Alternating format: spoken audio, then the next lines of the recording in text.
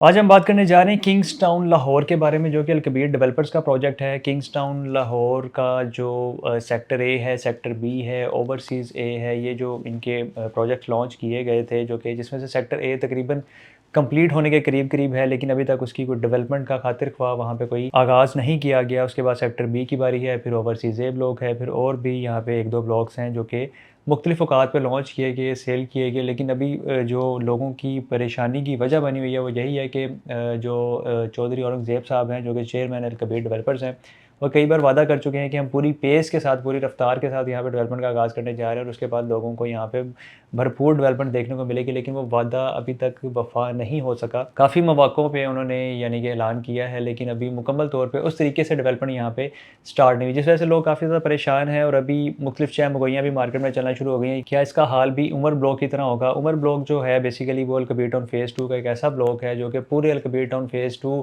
में से सिर्फ़ एक वाहिद ब्लॉक है जिसका एक मसला बना हुआ था, जो कि अभी तक सॉर्ट आउट नहीं हो सका। लेकिन अगर 80% मैं कहूँ सॉर्ट आउट हो चुका है, तो ये भी हकीकत है। काफ़ी टाइम लगा इस चीज़ को सॉर्ट आउट होने में, क्योंकि पहले कोई ज़मीन के मामला थे, वो सॉर्ट आउट हुआ। फिर उसके बाद सोसाइटी ने चूँकि कॉस्ट ऑफ लैंड ली हुई थी, उसके कॉस्ट ऑफ लैंड की वजह से सोसाइटी ने फिर डेवलपमेंट चार्जेस सेल किया हुआ था। लेकिन क्योंकि इसको 6-7 साल गुजर चुके हैं, तो सोसाइटी ने फिर एस्केलेशन चार्जेस की मद में कुछ चार्जेस अनाउंस करके वो लोगों से चार्ज किए, और वो भी तकरीबन उसकी जो इंस्टॉलमेंट्स हैं कंप्लीट होने वाली हैं। लेकिन फाइनली अब चीज़ें यही हैं कि उमर ब्लॉक का मैक्सिमम जो मसला है वो बाय बैक हो चुका हुआ है।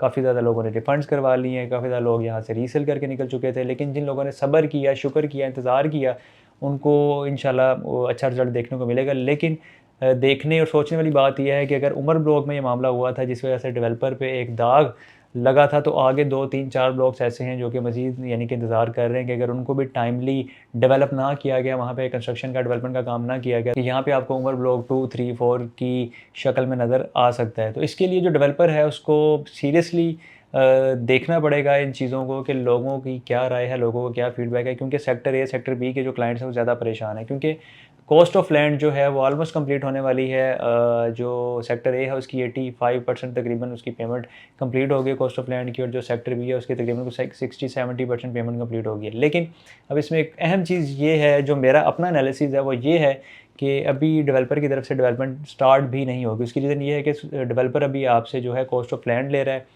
इसके बाद यहाँ पे डेवलपमेंट चार्जेस अनाउंस किए जाएंगे। जैसे आप डेवलपमेंट चार्जेस देना स्टार्ट करेंगे, तो होपफुली इसकी डेवलपमेंट स्टार्ट होगी। ये एक एनालिसिस है, एक तज्ज़िया है।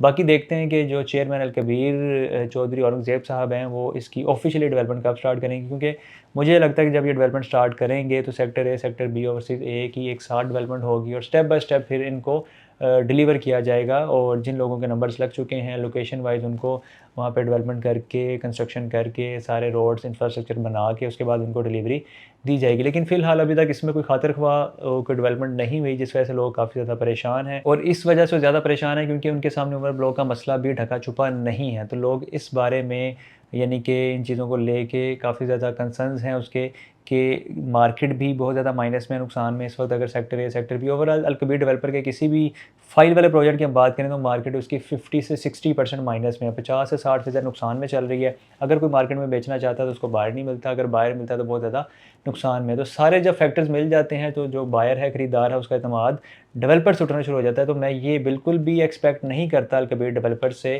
कि ये मज़ीद कोई अपने जो डिफरेंट ब्लॉक्स उन्होंने सेल किए हुए, उनको वो उमर ब्लॉक बनने देंगे। क्योंकि उमर ब्लॉक एक ऐसी चीज़ है, एक डरावना ख्वाब है बेसिकली डेवलपर के लिए, कि जिसने काफ़ी ज़्यादा नुकसान भी पहुँचाया। लेकिन फिर भी डेवलपर ने काफ़ी ज़्यादा चीज़ों को कवर करते हुए अपनी काफ़ी प्रोडक्ट सेल की। अलकबीर ऑर्चर्ड के नाम से भी प्रोजेक्ट लॉन्च किया कालाशा काकू पे, और वो भी कामयाबी से 2-3-4 ब्लॉक्स उसके सेल किए। लेकिन मेनली जो अहम चीज़ है वो यही है कि डेवलपर इसको डेवलप करे, टाइमली लोगों को डिलीवर करे, तभी अपनी यानी कि मज़ीद नाम बेहतर कर सकता है। और मज़ीद आने वाले दिनों में कोई भी अगर ये प्रोडक्ट लॉन्च करते हैं, तो वो लोग खुशी-खुशी खरीदेंगे भी, उसमें इन्वेस्ट भी करेंगे, क्योंकि वो प्रीवियस रिकॉर्ड देखेंगे कि यहाँ पे डेवलपमेंट अच्छी हुई है। तो इसलिए हमें यहाँ पे सरमायाकारी करनी चाहिए। तो किंग्स टाउन के हवाले से छोटी-सी अपडेट थी। मज़ीद आपको कोई भी इन्फॉर्मेशन चाहिए, आप हमारे दिए गए चैनल्स को फॉलो कर सकते हैं।